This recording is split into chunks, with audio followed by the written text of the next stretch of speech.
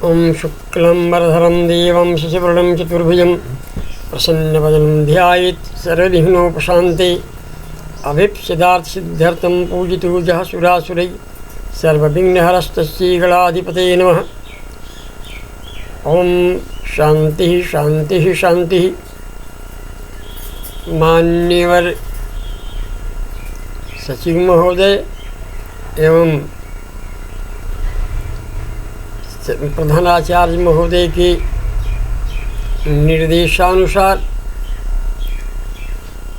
गृह से घर से कक्षाओं के संचालन के संदर्भ में मैं डॉक्टर चंद्रभान त्रिपाठी प्रतिदिन की भांति शास्त्रीय कक्षा में विश्वविद्यालय द्वारा निर्दिष्ट पाठ्यक्रमानुसार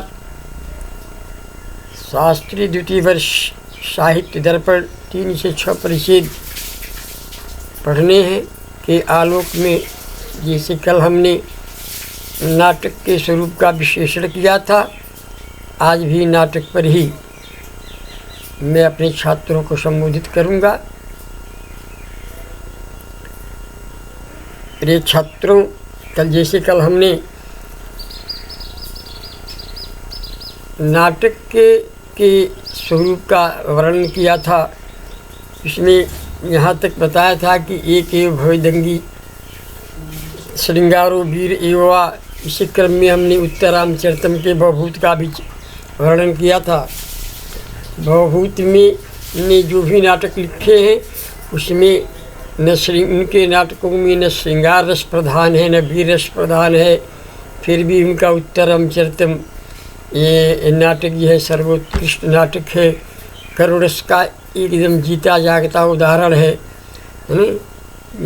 उत्तरामचरितम के विषय में आता है कि भगवान राम जो पहले संकल्प करते हैं राज्य सिंहासनारूढ़ होने के बाद कि स्नेहम दयाम च सौख्यम च यदिवा जानकीमपि आराधनाय लोकानां मुंचतो नास्ति मे व्यथा। तो राम समीक्षात्मक दृष्टिकोण से राम ने तो अपना कुछ छोड़ा नहीं। स्नेहम दयाम च सौख्यम च, यदि वो लोक के अनुरंजन के लिए स्नेह छोड़ते हैं, दया छोड़ते हैं, शौक छोड़ते हैं, यहाँ तक कि ठीक है यदि वह जानकी में भी जो राम ने कहा है, राम ने तो अपना कुछ छोड़ा नहीं, न अपनी भार्या का परित्याग किया, न दशरथ की पतुहू का परित्याग किया, न अयोध्या की जो है महारानी का परित्याग किया। वो तो उन्होंने परित्याग किया है जानकी का, जनक नंदिनी का, जनक तनया का। तो ये किसी दूसरे की वस्तु का परित्याग करने में किसी को कष्ट क्यों हो सकता है? अस्तु, लेकिन वही राम सीता परित्याग के बाद भवभूत लिखते हैं कथम रोदित ग्रावा दलते वज्र से हृदय इत्यादि। चूँकि मेरा विषय नहीं है इसमें ये कहने का, लेकिन हमने चूँकि कहा कि उत्तरामचरितम में भवभूति ने एक कारुणा का एक प्रवाह स्वतस्विनी प्रभावित किया है, लेकिन उत्तम काव्य है। इसलिए साहित्य दर्पण का जो नियमन है एवं भवेदंगी श्रृंगारो एवं वीर एवं, उससे पृथक है, अलग है। आगे कहते हैं कि अंक को कैसा होना चाहिए। जो नाटकों का अंक है, अंक की परिभाषा कैसी होनी चाहिए, अंक कैसा होना चाहिए। कहते हैं कि प्रत्यक्ष नेत्रचरिता, रसभाव समुज्ज्वल, भवेद गूढ़ शब्दार्थ क्षुद्र चूड़क संयुता, विच्छिन्नावान्तरैराकार्थ किंचित संलग्न बिंदुक युक्तो न भवि कार्य बीज संहृतिवान न च नाना विधान संयुक्तो नाति प्रचुरन पद्यवान आवश्यकानां कार्यालम अभिवराद विनिर्मित अनेक दिन निर्वर्त्य कथया संप्रयोजित आसन्न नायक पात्रिश्चतुरिश्चतुरिस्तथा। जो नेता हो उसका चरित्र प्रत्यक्ष होना चाहिए। प्रत्यक्ष चरित्र नेता का जो चरित्र होना चाहिए, जो नायक हो, नायक का चरित्र एकदम प्रत्यक्ष होना चाहिए, स्पष्ट होना चाहिए। रस भाव समुज्ज्वल, रस और भाव, रस रसाभाव रसाभास, इससे एकदम उज्जवल उसका चरित्र होना चाहिए। भवेद अगूढ़ शब्दार्थ है, नाटक का जो शब्द और अर्थ हो वह गूढ़ नहीं हो, समास बहुला पदावली में ना हो, तभी जब इस तरह का हो आएगा, है नहीं। गूढ़ शब्द जो प्रयुक्त होंगे तो जो बैठे हुए प्रमाता है, जो दर्शक है, सब विद्वान थोड़े होते हैं, उसमें जो है गृहस्थ भी होते हैं, व्यापारी भी होते हैं, छात्र भी होते हैं, बिना पढ़े लिखे भी होते हैं, तो मनोरंजन के लिए आते हैं। इसलिए जब गूढ़ शब्दों का प्रयोग होगा तो उनको उसका अर्थ प्रतीत नहीं होगा, इसलिए उनको रस की प्रतीति नहीं हो पाएगी, उस शब्द को नहीं समझ पाएंगे। इसलिए कहता है नाटककार, ये ग्रंथकार कहते हैं कि भवेद अगूढ़ शब्दार्थ है, यानी हल्के हल्के शब्द। जैसे कल हमने कहा था कि अभिज्ञान शाकुंतलम में राजा संकल्प करता है कि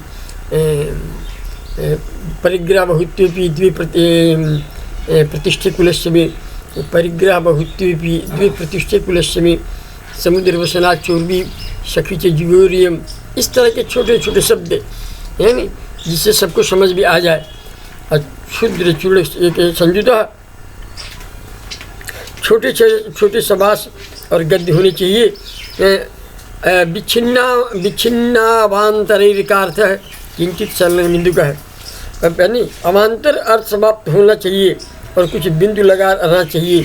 बिंदु, बीज बिंदु, पताका, प्रक्रिया और कार्य संधि के नाटक के 5 मुख्य अंग होते हैं। इसकी चर्चा हम आगे अभी इसी प्रकरण में करेंगे। जो बिंदु क्या होता है, बीज क्या है, बिंदु है क्या है, पताका क्या है, प्रक्रिया क्या और कार्य क्या है, ये नाटक के अंग होते हैं। इसकी चर्चा हम आगे करेंगे। युक्तों बहुवी कार्य बीज संगतिमान नीति, बहुत से कार्य है, एक अंक में बहुत से कार्यों का सम्मिश्रण नहीं होना चाहिए। कार्य एक अंक में उतना ही कार्य लिया जाना चाहिए जिसका आसानी से परिसमापन हो सके। नाना विधान संयुक्त नाति प्रचुर पद्यवान, अनेक विधानों से संयुक्त उस नाटक होना चाहिए। और नाति प्रचुर पद्यवान, बहुत ज़्यादा पद्य भी नहीं होने चाहिए, ताकि बैठे हुए प्रमाता जो दर्शक है उब जाए, उनको ये उबन होकर लगे। आवश्यकारम कार्यालम अविरोधात विनिर्मित, और जो आवश्यक कार्य दर्शाने हों अंक में, उन कार्यों का समावेश निश्चित होना चाहिए। इस तरह के नाटक की परिभाषा है। अनेक दिन निवर्त्य कथया संप्रयोगित, और नाटक में अनेक दिनों में समाप्त होने वाली कथा का प्रयोग नहीं होना चाहिए। नानेक दिन निवर्त्य, नानेक दिन निवर्त्य कथया संप्रयोगित, एक अंक में अनेक दिन में समाप्त होने वाली कथा का प्रयोग नहीं होना चाहिए, क्योंकि शायद दर्पण में ही आया है कि योग्यता कांक्षा सत्ययुक्त पदोच्चय, पद का जो समुदाय हो उसमें योग्यता होनी चाहिए, आकांक्षा होनी चाहिए, और पद योग्यता आकांक्षा आसक्ति होनी चाहिए। योग्यता, आकांक्षा और आसक्ति का सम्मिश्रण ही पदोच्चय कहलाता है। मान लीजिए हमको जो है नाटक हम देख रहे हैं, नाटक जो है प्रस्तुत हो रहा है, और राम कथा का सीता निर्वसन का सीन है, तो सीता का निर्वसन हम आज करते हैं और एक सप्ताह बाद ले आकर दिखलाते हैं कि वाल्मीकि आश्रम में पहुंची, तब तक वो कहाँ भुला गई पता नहीं लगेगा, दर्शकों को समझ में नहीं आएगा। या हम हनुमत नाटक देख रहे हैं और रावण को राम में बाण चलाते हैं रावण पर, और रावण हंस रहा है, और 2 दिन बाद आकर दिखता है कि उसको बाण राम का लग गया, तो 2 दिन तक बाण कहाँ था। इसलिए अनेक दिन में समाप्त होने वाली कथा एक अंक में नहीं होनी चाहिए, ऐसा निर्दिष्ट है, निर्देश है। आसन्न नायक पात्रयुत त्रिचतुरिता, और जो नायक को 3 या 4 पात्रों से युक्त होना चाहिए, 3-4 पात्रों के मध्य में उसको होना चाहिए। कि नहीं रंगमंच पर अंक में एक बार 20 पात्र जुट जाए और 20 पात्रों के मध्य में वो जो है उसमें पड़ा रहे। 2-4 पात्र ही एक अंक में एक साथ रंगमंच पर होने चाहिए। दूराह्वानम बधो युद्धम राजदेशादि विप्लव विवाहो भोजनम तापोत्सर्गो मृत्यु व्रतम तथा दंतच्छेदम नखच्छेदम अन्यच्च व्रीडाकरम च यत् शयनाधरपानादि नगराद्योरोधनम स्नानानुलेपने चैभिर्वर्जितो नातिविस्तरः देवी परिजनादीनाम् अमात्यवर्यामपि प्रत्यक्षचित्रचरितैः युक्तो भावरसोज्ज्वलैः। आचार्य विश्वनाथ का ये भी निर्देश है, जो हमारा भारतीय रंगमंच है, भारतीय रंगमंच पर बहुत सी चीज़ें ऐसी हैं जो वर्जित हैं, जो पाश्चात्यों के यहाँ वर्जित नहीं है। भारतीय रंगमंच पर किसी को कोई दूर से बुला रहा हो, पृथ्वी कोई दूर से बुलाने की क्रिया नहीं दर्शानी चाहिए, किसी का वध नहीं दर्शाया जाता है। इसके लिए जवनिका का वो सिस्टम बनाया गया है। जवनिका के अंदर से ये सब कहानी जो है कोई अप्रत्यक्ष रूप से कह देता है। युद्ध जो है रंगमंच पर ही दिख रहा है, युद्ध का वर्णन बाद में हो जाता है, लेकिन युद्ध रंगमंच पर नहीं दिखाया जाता है। राज्य देशादि विप्लव, राज्य का देश का विप्लव, आग लगा देना, जला देना, विध्वंस कर देना, इस सब विप्लव का भी सीन रंगमंच पर नहीं दिखलाया जाता है। विवाह भी नहीं दिखलाना चाहिए, भोजन भी नहीं दिखलाना चाहिए, शाप भी नहीं देना चाहिए, उत्सर्ग में नहीं किसी को त्याग देना, मृत्यु, रति, ये सब जो है रति करना, नायक नायिका का एक साथ रति करना, ये सब रंगमंच पर वर्जित है ना। दंतच्छेद, नखच्छेद, कोई किसी को जो है रति आदि क्रिया में जैसे नायक नायिका को दांत इत्यादि से काट लेता है, यानी चुम्बन लेता है, ये सब जो है नख से उसके स्तनादि को लेता है, यानी ये सब जो है रंगमंच पर वर्जित है। इससे जो है मर्यादा का हनन होता है, और जो भी व्रीडाकर में जो भी लज्जाकर चीज़ें हैं उसको रंगमंच पर नहीं दिखलाई जाती हैं। शयन, अधरपान, रंगमंच पर शयन भी वर्जित है। कोई आकर रंगमंच पर सो जाए तो दर्शक क्या समझेंगे भाई, उनको लगेगा कि भाई, इसलिए शयन भी जो है वर्जित है, नहीं दिखलाना चाहिए। और नक्श फिर जो है अधरपान, नायक नायिका का अधरपान भी नहीं कर सकता है, वो वर्जित है।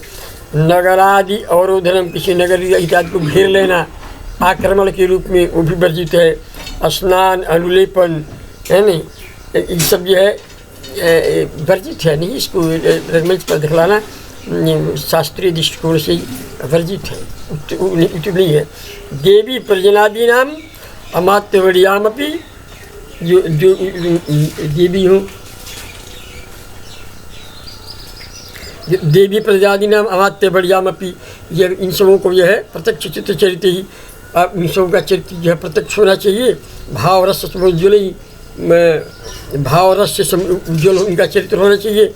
अंत निष्क्रांत निखिल पात्रों का की, और कह रहा है कि जो अंत के अंत में पात्रों का सभी का एक साथ निकल जाना, रंगमंच से चले जाने चाहिए, निकल जाना चाहिए। अवान अंत निष्क्रांत निखिल पात्र है अंक प्रकृतितः, अंक के अंत में जब अंक का समापन हो तो सभी पात्रों को से निकल करके चले जाना चाहिए। दिनदादि बक्षन्ते, बिंदु इत्यादि के विषय में हमने कहा, इनका हम बाद में वर्णन करेंगे। आवश्यकम संध्या बंदनादि, है और ये अंक का जो है प्रस्तावाद गर्भांक, अंक का जो प्रस्तावना होती है उसको जो है गर्भांक कहते हैं। और अंकोदर परिष्टो जो रंग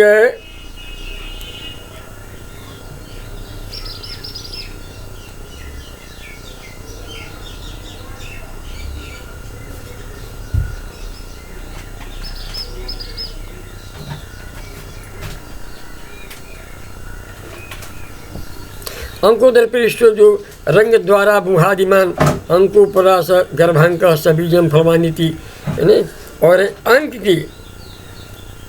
के मध्य में प्रविष्ट हो और रंग द्वार और आमुख आदि से युक्त हो, उसे गर्भांक कहते हैं। ऐसे बाल रामायण में उदाहरण देते हैं बाल रामायण का, कि बाल रामायण में कोई कहता है कि श्रोणी